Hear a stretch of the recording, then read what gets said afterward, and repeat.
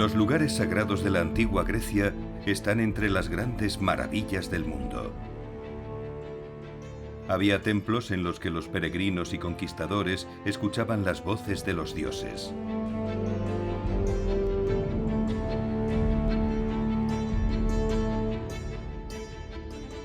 Algunos espacios eran misteriosos y sorprendentes, donde personas poseídas por fuerzas de otro mundo ofrecían visiones del futuro. Algunas predecían la llegada de terribles sucesos. Otras auguraban una muerte horrible para quienes se acercaran demasiado. ¿Realmente era el poder de los dioses? ¿O había fuerzas elementales aún más poderosas? Lugares sagrados. Oráculos.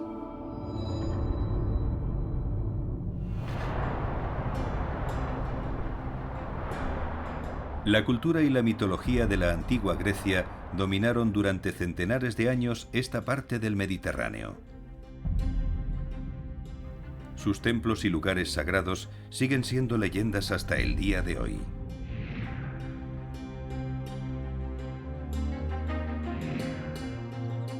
Ninguno fue más reverenciado que el oráculo de Delfos, un lugar de peregrinación que atrajo a millones de personas desde el año 800 a.C. hasta finales del siglo IV de nuestra era. Delfos era un antiguo santuario ubicado en el monte Parnaso, considerado por los griegos como ónfalos, ombligo, simbolizando el centro del mundo. Los trabajos de los arqueólogos descubrieron el impresionante tamaño del complejo del templo que una vez estuvo aquí.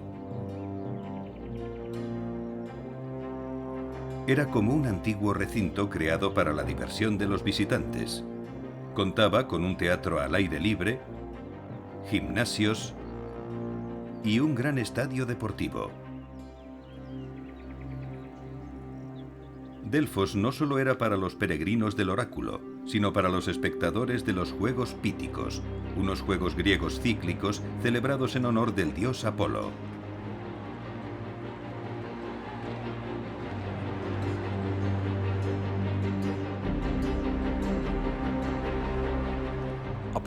Apolo era el dios atleta, arquero, también un joven corredor, lanzador de disco, y por eso había un estadio con pistas y espacios para las competiciones, y miles de personas celebraban los Juegos Píticos, que alternaban con los famosos Juegos Olímpicos de Zeus. Eran uno de los 4 grandes juegos deportivos del calendario griego.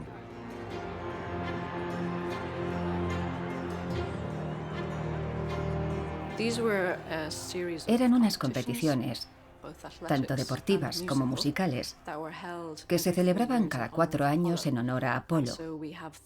Y por eso había un estadio para celebrar eventos deportivos. Está en la cima, y desde las colinas de Delfos se contempla una bella panorámica. También había un campo de entrenamiento, un gimnasio con una pista cubierta para correr incluso si llovía, y una palestra para practicar boxeo y lucha. Los Juegos Píticos eran los segundos en importancia tras los Juegos Olímpicos y se celebraban a finales de agosto. Los vencedores eran recompensados con una corona de hojas de laurel. Todo formaba parte del sentir de los griegos, que pensaban que debían honrar a los dioses por medio de competiciones, esfuerzo, ofrendas, sacrificios y actos religiosos. Pero lo que hacía a Delfos tan especial era su edificio principal, el Templo de Apolo. Un edificio sagrado, hogar de una sacerdotisa con el poder de predecir el futuro. Una mujer de la localidad de alto rango, elegida por los sacerdotes del templo, conocida como Pitonisa. Ella era la sacerdotisa del templo, y a través de ella hablaba el dios Apolo. Era la portavoz de Apolo en Delfos. Si era seleccionada, tenía que vivir en el santuario, dedicar su vida a Apolo y permanecer casta. Los oráculos griegos eran fundamentales en esa época para ellos. Los dioses podían predecir el futuro. La tradición del oráculo se relaciona con la Madre Tierra. En los primeros tiempos de la historia griega, el sitio de Delfos ya era sagrado, pero no estaba consagrado para ningún dios masculino. Era el lugar especial para una diosa griega relacionada con la tierra. Lo podemos ver en palabras como geología y geografía. Para los griegos, esta diosa personificaba la madre tierra. El oráculo de Delfos se remonta a tiempos muy antiguos. Los antiguos griegos creían en Gaia, la madre tierra, y fue el primer oráculo adorado en Delfos.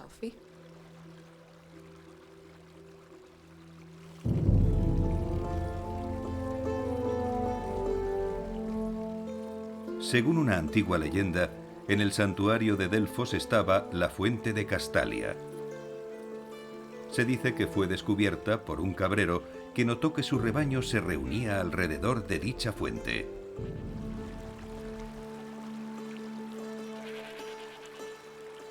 El hombre inhaló los vapores del agua y empezó a hablar en otras lenguas, y desde ese día, el manantial estuvo dedicado a la diosa de la tierra.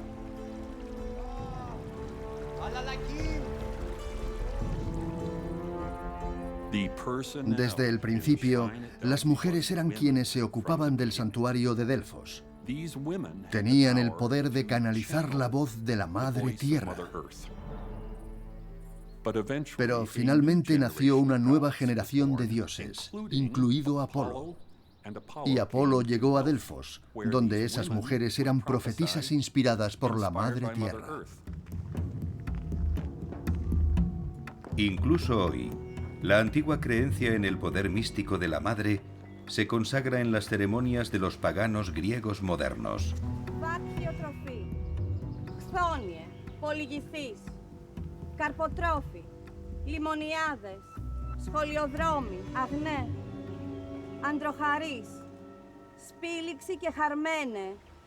La cultura griega antigua continúa en nosotros.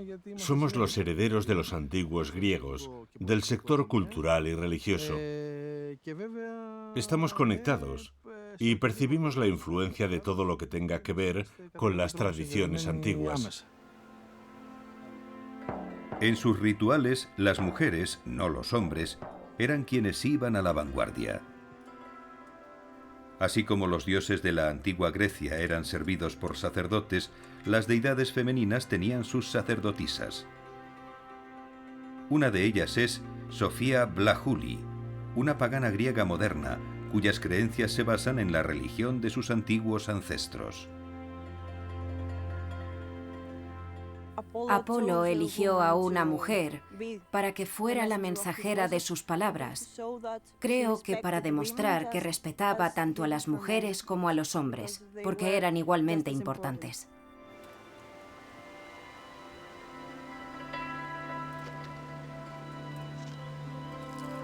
Χαίρετε μάκαρες, χαίρετε όνοι θεοί πατρόοι, ευσεβές οι θρησκευτές, ιερών φάος αύξητε.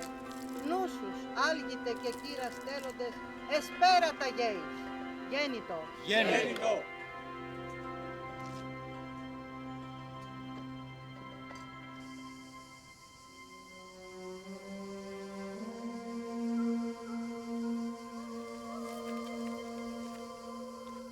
Durante centenares de años, peregrinos del otro lado del Mediterráneo acudían a Delfos y subían por el empinado sendero que conducía al templo de Apolo.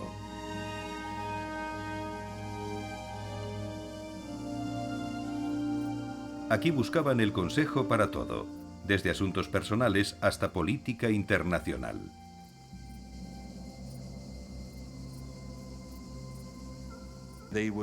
Iban a Delfos, ascendían al monte Parnaso y al amanecer empezaban a caminar y de uno en uno llegaban a esta cripta en el centro del templo.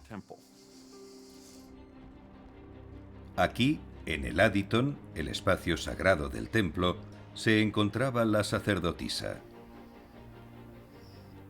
Inhalaba los vapores y entraba en un extraño estado de hipnosis, aparentemente poseída por el espíritu de Apolo.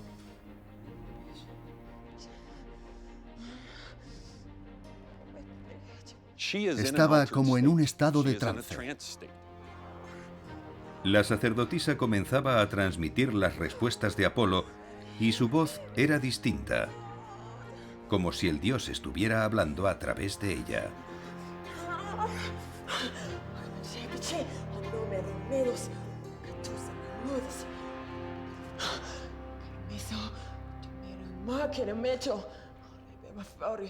Sabemos que cuando terminaba la sesión, las mujeres estaban exhaustas.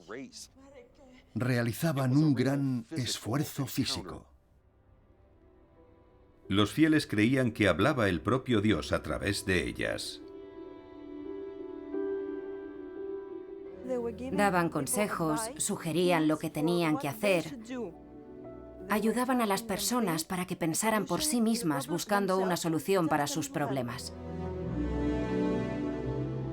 Desde los albores de las ciudades-estado griegas del siglo VIII a.C. hasta la caída del Imperio Romano después de Cristo, el oráculo de Delfos fue la máxima autoridad civil y religiosa del mundo griego antiguo. Cuando se trataba de asuntos de Estado, no se hacía nada sin consultar antes al oráculo. Ansiosos por ganarse el favor de los dioses, los grandes gobernantes llenaban el templo de regalos y ofrendas.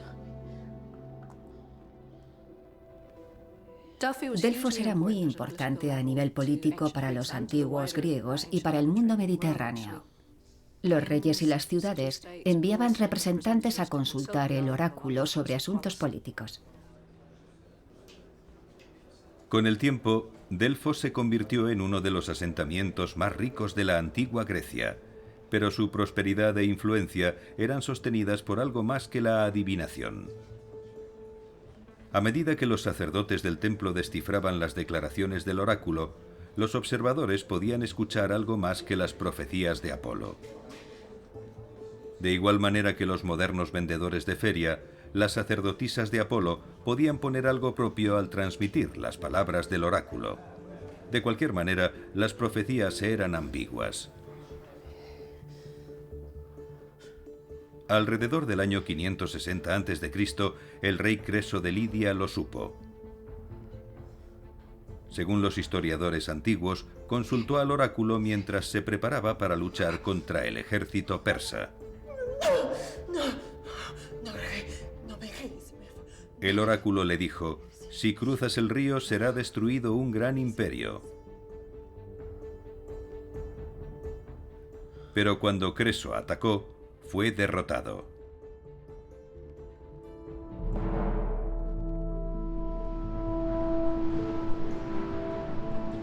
Las profecías del oráculo fueron famosas en todo el ámbito mediterráneo. Sin embargo, con el tiempo, la edad de oro de Delfos llegó a su fin.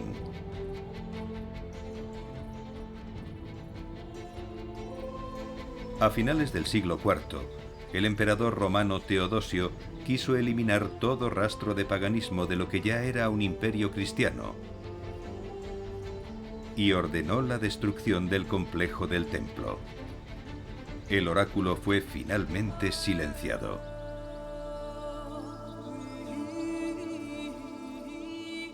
Con el paso de los siglos, desapareció todo rastro de la fuente sagrada. En el siglo XIX, las historias de las profecías se tenían por fantasías o mitos. Alrededor de 1500 años después de que Delfos se cerrara, el secreto del santuario fue por fin revelado. Más tarde, un equipo de científicos emprendió una nueva investigación del lugar. Descubrieron que algunos de los mitos del oráculo podían ser ciertos. El misterio de Delfos era más extraño de lo que nadie imaginaba.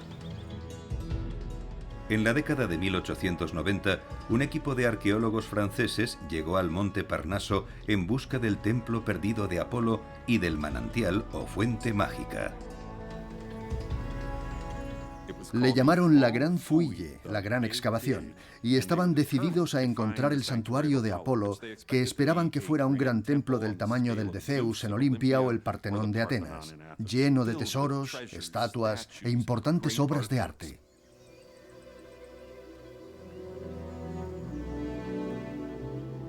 A pesar de sus esfuerzos, el equipo buscó en vano cualquier señal de la legendaria fuente. Encontraron los restos de unos cimientos y las pocas columnas que quedaban fueron reerigidas por los franceses para ofrecer una idea de la altura de las originales y de su ubicación. Pero no encontraron nada más. Fue tal vez la mayor decepción en la historia de la arqueología clásica. El director de la excavación francesa concluyó que toda la tradición délfica no era más que un mito turístico inventado por el historiador y filósofo griego Plutarco. El legendario oráculo fue calificado como un engaño de la antigüedad. Pero esas primeras excavaciones apenas habían arañado la superficie. El misterio de Delfos era más extraño de lo que nadie imaginaba. En el primer siglo después de Cristo, Plutarco describió un extraño olor que llenaba el santuario. Afirmaba que ese olor o vapor provenía de la fuente de Castalia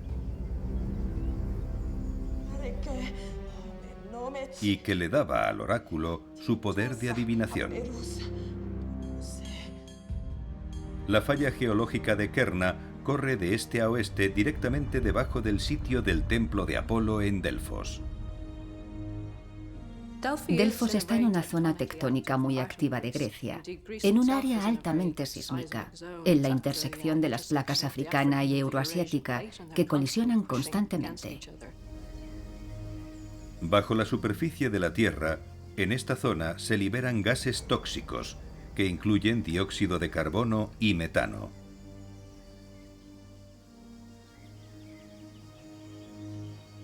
Según los relatos antiguos, el santuario estaba situado sobre una hendidura en la roca.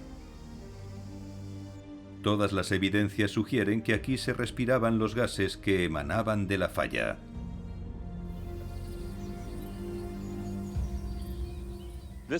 Esta losa de piedra es lo más importante que se ha hallado en Delfos para entender cómo funcionaba el antiguo oráculo. Aquí es donde se sentaba la sibila, en este mismo lugar, y se ven los 3 huecos en la roca donde se fijaban las patas del trípode. Este agujero atraviesa la losa. Debía de haber una tapadera sobre él. Creemos que la piedra del ombligo estaba aquí con una pequeña ranura en el centro por donde salían los gases. Así la pitonisa entraba en trance y podía hablar con los dioses.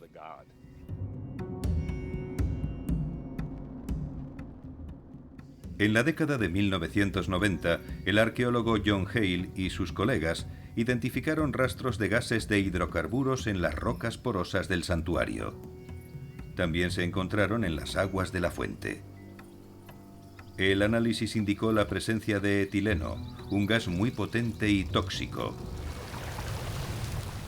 Inhalado incluso en pequeñas cantidades, el gas etileno puede provocar experiencias psicodélicas que van desde la confusión leve a la euforia y el delirio. El olor descrito por Plutarco también podía deberse a la presencia de otros gases de hidrocarburos.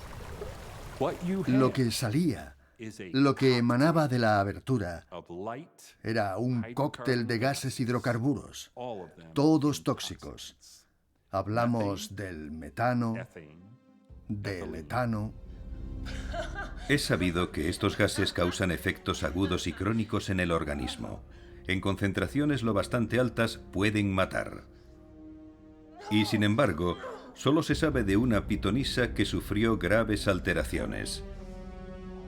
Plutarco describió el destino de una de ellas, que se puso histérica después de inhalar los vapores. Salió corriendo del templo y murió unos días después.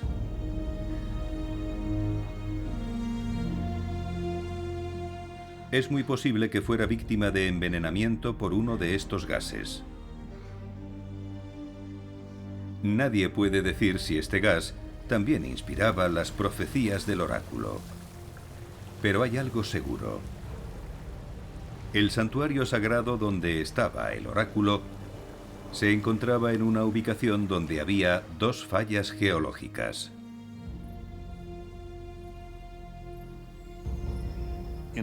Además de la falla de este-oeste, hay otra falla bajo el lecho de piedra caliza en la zona de Delfos, que se extiende de norte a sur. Y en el punto donde se cruzaban esas dos fallas estaba el santuario del templo de Apolo. Y la intersección de esas dos fallas explica lo que contaban los antiguos testimonios de lo que sucedía en ese templo. En todo el mundo antiguo, miles de personas confiaban en el oráculo. Sus profecías cambiaron el destino de las naciones. Esto fue lo que hizo a Delfos el santuario más importante de la antigua Grecia. Pero no era el único. Había otros lugares sagrados donde se podían oír las voces de los dioses. Algunos daban respuesta a los misterios de la vida, pero otros solo anunciaban la muerte. Dídima, una antigua ciudad de Asia Menor en la costa de la actual Turquía.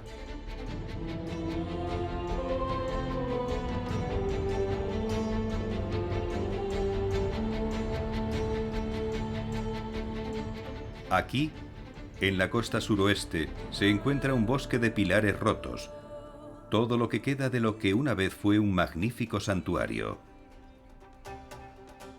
Estas son las ruinas del templo de Dídima. El oráculo fue muy famoso en el siglo VII a.C. Como el oráculo de Delfos, la sacerdotisa de Dídima transmitía las profecías de Apolo desde una cámara sagrada alrededor de la cual se construyó el templo.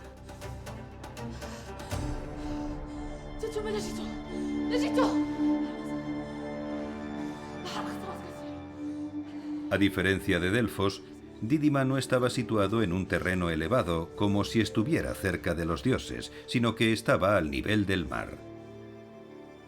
No hay acantilados. Ninguna señal evidenciaba una falla geológica de la que emanaran vapores que pudieran intoxicar e inspirar al oráculo. Pero observando más de cerca, se ve una línea de falla, una hendidura en la tierra donde el agua emergía para formar una fuente sagrada. El templo de Apolo en Dídima era particularmente interesante porque su diseño es muy inusual. En el interior había un patio descubierto para poder plantar un bosquecillo sagrado y que los árboles pudieran crecer a cielo abierto. Y también una sala subterránea situada directamente sobre un manantial donde se sentaba la sacerdotisa. En Dídima hay que subir estos escalones del templo hasta una plataforma. Y allí hay dos puertas que conducen a unos túneles. Se pasaba por esos túneles tan largos que desorientaban. La gente no sabía hasta dónde llegaban bajo la tierra. En realidad estaban bajo la superficie, pero no lo parecía. Cuando salían al exterior, a la parte central del templo, veían ante ellos ese pequeño santuario. Era fácil entender lo que la gente sentía en Delfos. He estado bajo la tierra. Pero más allá de la experiencia religiosa, es lo que tú experimentas. Era como un viaje, una mini peregrinación dentro del santuario. El tamaño de Dídima lo hacía posible. Y el objetivo del viaje era el momento en el que recibían la revelación. Estaba muy presente en estos sitios de Apolo, en todos ellos. Creo que los túneles eran como espacios que conectaban el mundo de los humanos con el misterioso mundo subterráneo de los oráculos. Los túneles se podían considerar como un espacio intermedio.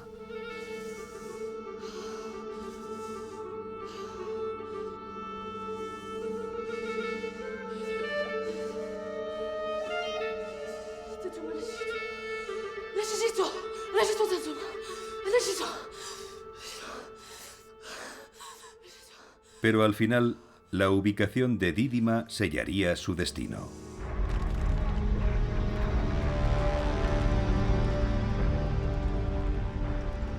En el siglo XV, el santuario fue destruido por un gran terremoto. Hoy, la única evidencia de la fuente sagrada, desaparecida hace mucho tiempo, son los árboles que crecen cerca. Sus raíces aún se alimentan de las aguas que antaño brotaban en la superficie del centro del templo. Recientemente, en la isla mediterránea de Eubea, un equipo de geólogos griegos descubrió un sitio muy similar a Dídima. Según una inscripción en una antigua losa de piedra, también albergaba un oráculo.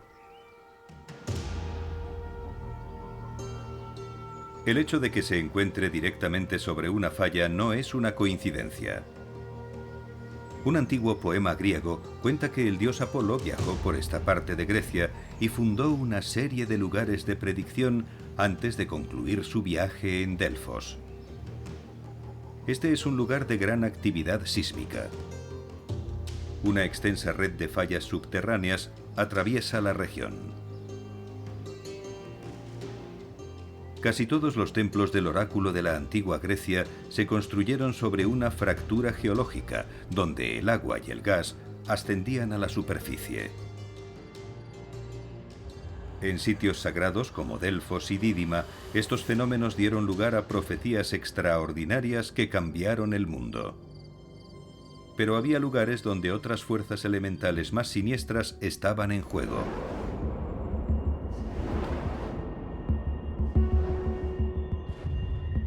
Esta es la antigua ciudad de Hierápolis, en Turquía. Fue construida en el siglo II a.C. sobre una base de piedra caliza sólida. Tenía tantas tumbas y templos que se la conocía como la ciudad sagrada. Pero uno de estos templos era diferente a todos los demás. Los peregrinos que llegaban sacrificaban aves y otros animales para una deidad mucho más siniestra, Plutón. Este era su santuario. Era conocido como el Plutonio, un lugar donde los peregrinos acudían para hacer sacrificios y ofrecérselos a los dioses. Para los antiguos griegos, el sacrificio era el más importante de todos los actos religiosos. Algunos escritores antiguos hablaron de los rituales donde animales tan grandes como toros eran conducidos dentro, y luego los sacaban muertos tirando de ellos con cuerdas. Las aves puestas en el santuario morían repentinamente. Los sacerdotes decían que el dios Plutón se llevaba cualquier animal que entrara en sus dominios. A diferencia de Dídima y Delfos, en este sitio sagrado no había visiones, solo muerte.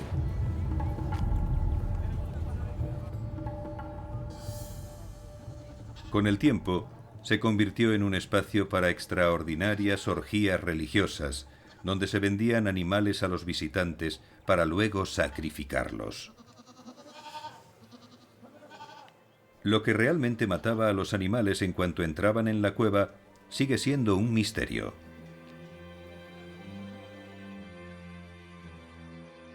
Hay muchas descripciones sobre aquellos extraños rituales.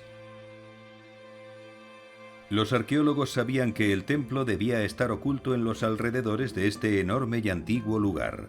¿Pero dónde? En 1965 descubrieron una abertura en el suelo por donde salían aguas termales y gases. Los restos de pájaros muertos confirmaron la ubicación del plutonio. Sin embargo, había un escéptico. Para el arqueólogo italiano Francesco D'Andria, las pruebas no cuadraban. Y decidió descubrir la verdad. Todos los relatos antiguos mencionaban la presencia de un pequeño teatro, una fila de asientos escalonados cerca del plutonio, desde donde los peregrinos podían ver la puerta del infierno. Pero la apertura que los arqueólogos habían descubierto no daba ninguna pista. Convencido de que el verdadero lugar estaba en otra parte, D'Andria buscó otra abertura en una roca. Él y su equipo comenzaron a excavar. En 2013 hicieron un descubrimiento extraordinario. no solo hallaron la estructura escalonada mencionada por los escritores antiguos, sino que también encontraron los restos enterrados de un arco con una antigua inscripción griega, una dedicatoria a Plutón o Hades y Perséfone, los dioses del inframundo. También descubrió el motivo de las misteriosas muertes en el santuario de Plutón. Toda la región está atravesada por dos fallas geológicas. Ambas están activas, y aquí, en el sitio descubierto por Dandria y su equipo, es donde se cruzan. Los gases se elevan dentro del plutonio tal como lo hacían en Delfos. Pero estos gases son letales. Encontré muchísimas aves muertas por los gases, así que pensé que tal vez en este lugar podríamos resolver el problema del famoso plutonio de Hierápolis.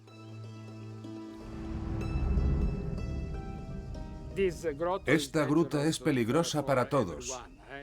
Si entras ahí, puedes correr peligro.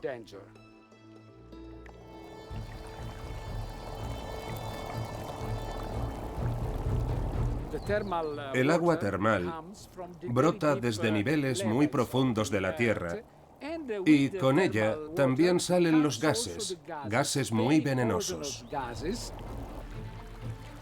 El vapor era gas de dióxido de carbono.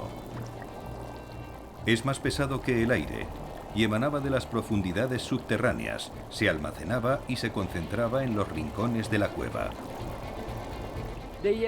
Convirtieron un peligro real en algo que estaba relacionado con la religión. En esta parte del mundo antiguo, la diosa madre Cibeles era tan importante como Plutón. Ahora hemos entendido por qué Cibeles, la diosa madre de Anatolia, deidad femenina de esta región, está presente en el testimonio de Estrabón, el culto de los lugareños a Cibeles y el culto griego a Perséfone y Hades. Pero en el mismo espacio tenemos la prueba de que los dos tipos de culto, el griego y el anatolio, el culto frigio, convivieron hasta el final de la antigüedad. Se creía que los sacerdotes de Cibeles eran capaces de realizar actos sobrenaturales. Se situaban ante las puertas del infierno y entraban en la cueva aparentemente sin miedo a los vapores venenosos del interior. Pero no todo era lo que parecía. Para asombro de los espectadores, los sacerdotes salían de la cueva ilesos. Pero esto era ciencia, no un poder sobrenatural. El dióxido de carbono es más pesado que el aire. Al contener la respiración, los sacerdotes atravesaban los niveles inferiores venenosos de la cueva hasta un terreno más elevado, donde el aire era respirable. Para todos los demás, el interior era tabú. Una zona prohibida, donde esperaba una muerte segura. De igual modo que en otros sitios sagrados de la antigua Grecia, Hierápolis era también un lugar donde los peregrinos venían en busca del consejo de los dioses. Estas son las magníficas terrazas formadas por las aguas termales de Hierápolis. Durante varios siglos, estas piscinas calientes han sido famosas por sus propiedades curativas.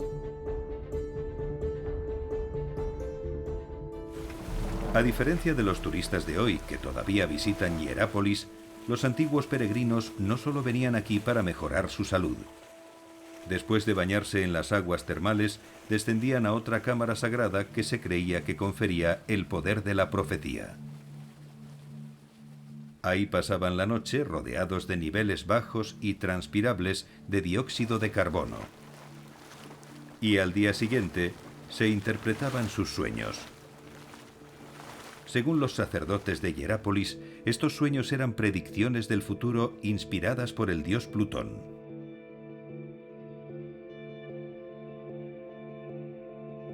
Con la llegada del cristianismo en el siglo IV, se selló por fin la entrada al plutonio, poniendo fin al malsano esplendor de Hierápolis.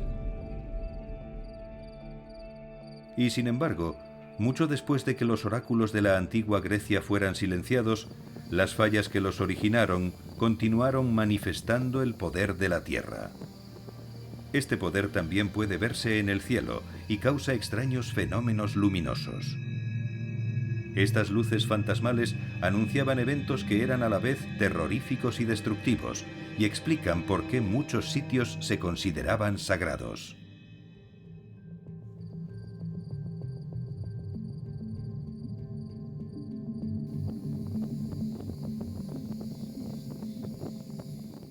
Esto es Ianartas, cerca del Valle del Olimpo, en la costa sur de Turquía.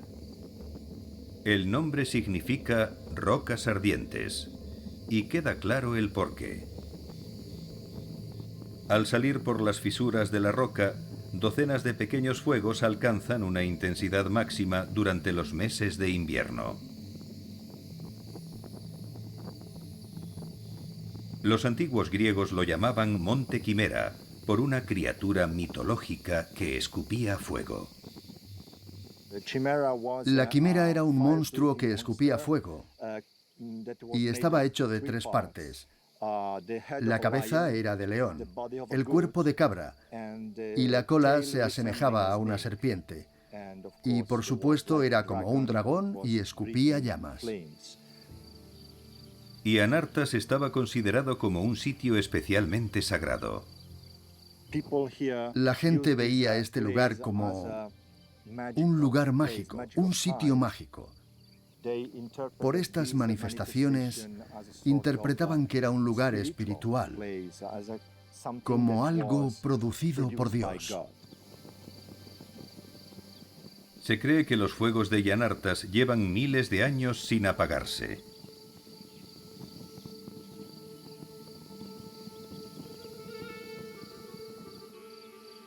Con un medidor de gas especial, el profesor Giuseppe analiza la composición de los gases.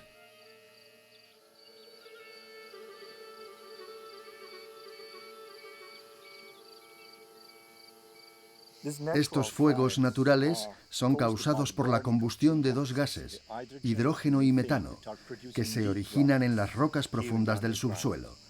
Encuentran una salida a la superficie a lo largo de una falla tectónica. Estamos justo sobre la falla, que es un contacto tectónico entre 2 tipos de roca. La piedra caliza, las rocas blanquecinas que están en el lado oeste de la colina, y las rocas verdosas, que son peridotitas y están a este lado. La falla es el contacto entre estas 2 rocas, y el gas se abre camino a través de ese contacto y forman esta manifestación tan especial.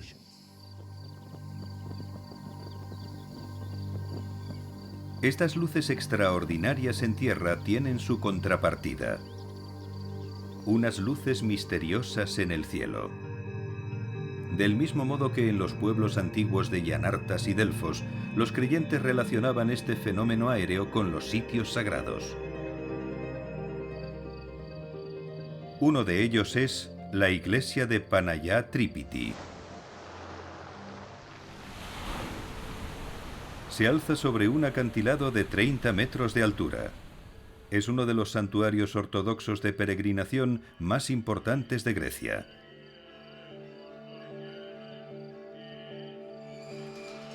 El nombre de la iglesia honra a la Virgen María, conocida en Grecia como Panayá.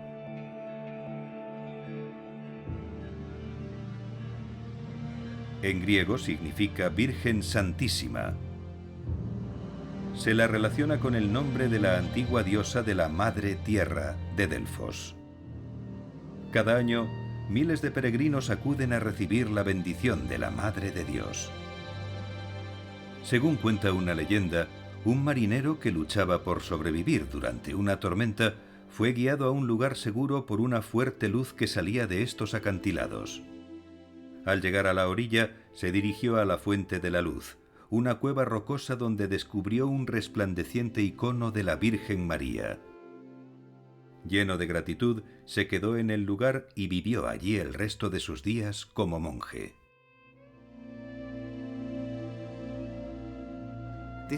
No es la primera vez que sucede en la tradición de nuestra Iglesia, porque tenemos otras historias de iconos de la Virgen María, de otros santos.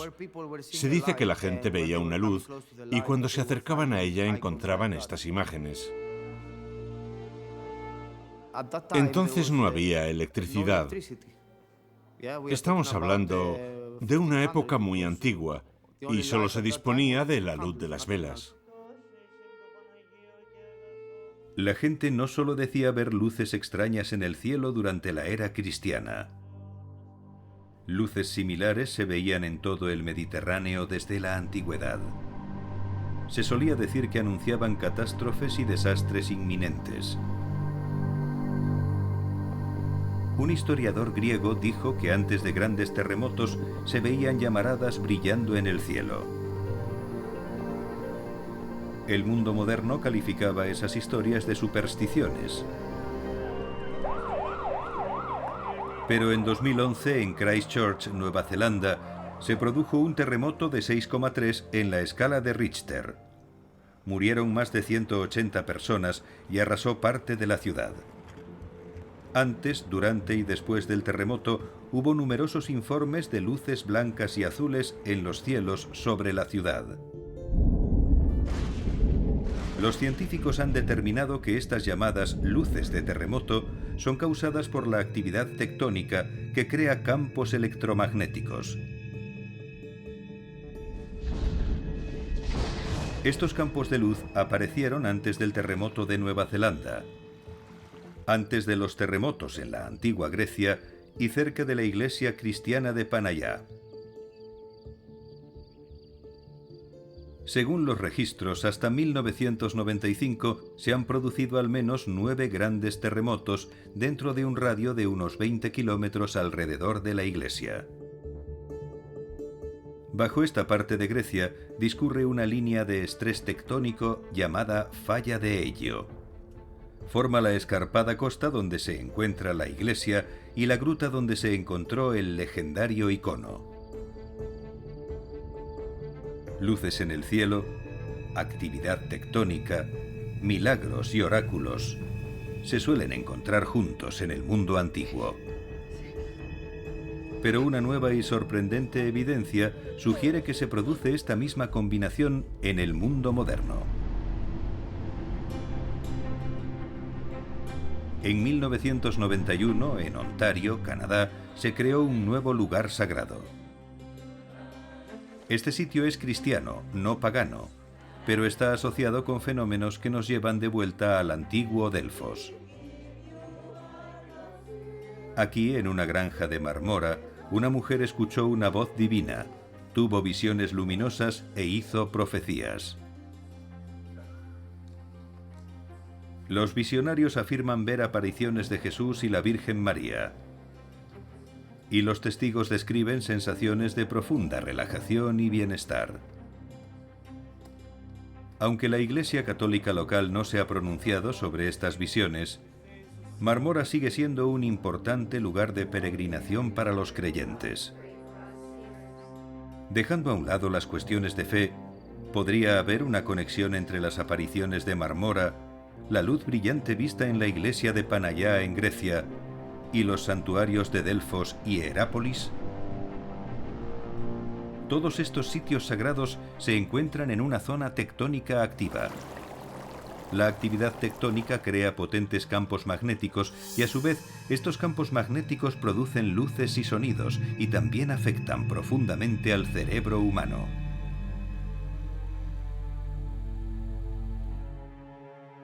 El doctor Michael Persinger cree que hay una conexión. Si se ven bolas de luz debido a la tensión tectónica, se sabe que los campos electromagnéticos son potentes, lo que significa que si los atraviesas el cerebro será estimulado y producirá los sentimientos de una experiencia cósmica, incluso de una experiencia religiosa, y por eso esos lugares son considerados sitios sagrados. El fenómeno que tuvo lugar en Ontario sucede cerca de una gran mina magnética, un lugar de donde se extrae magnetita. se dan las condiciones para producir las bolas de luz y las experiencias que, dependiendo de las creencias de cada uno, pueden ser extraterrestres, religiosas o bolas de luz.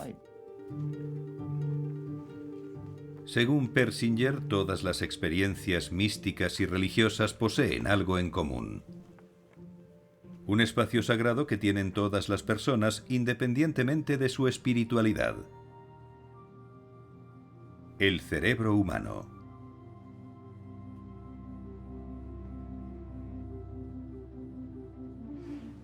El cerebro humano tiene un hemisferio izquierdo y un hemisferio derecho.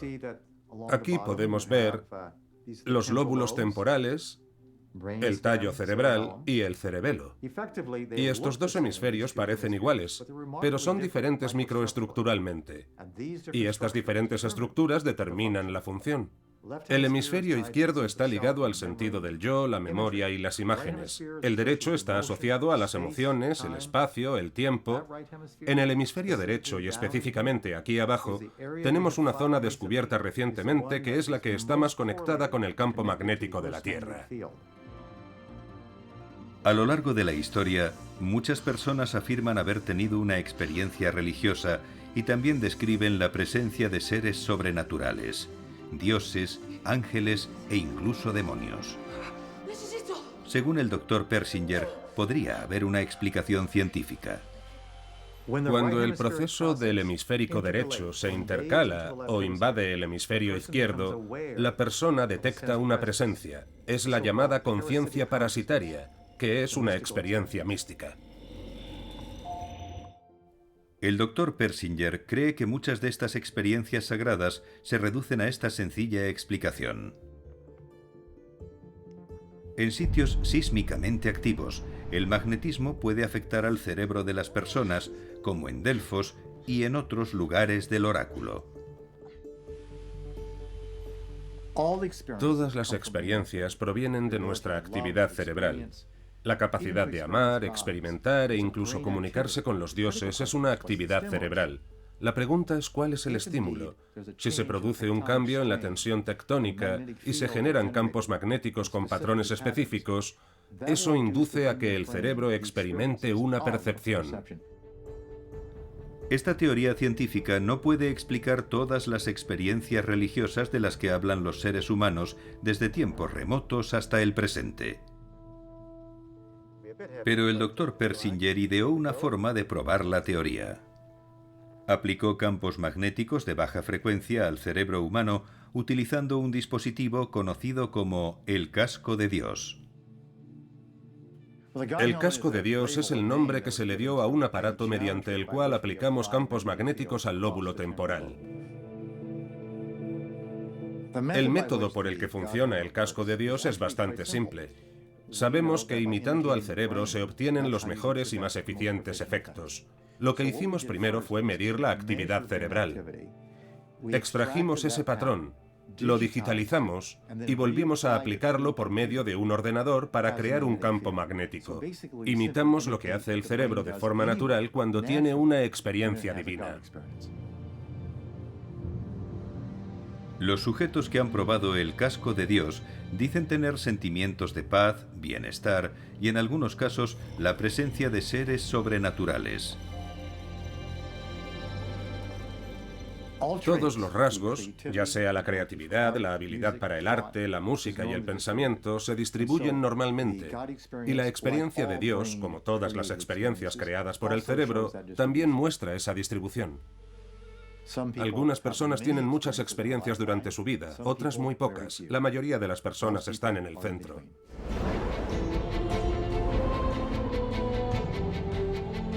A través del Mediterráneo, los lugares sagrados desde Delfos a Hierápolis y a Dídima estaban situados sobre fallas en donde la actividad sísmica era habitual. La tensión tectónica dio paso a gases tóxicos y lenguas de fuego. Las fuerzas electromagnéticas iluminaban el cielo y predecían la llegada de grandes terremotos. La extraordinaria influencia de estos fenómenos en el cerebro humano es al menos parcialmente explicable. Muchos siglos después de que las iglesias de las religiones modernas reemplazaran los lugares sagrados de la antigua Grecia, algo ha sobrevivido. Una conexión compartida entre la humanidad y lo que posiblemente sea el lugar más sagrado de todos: la propia tierra.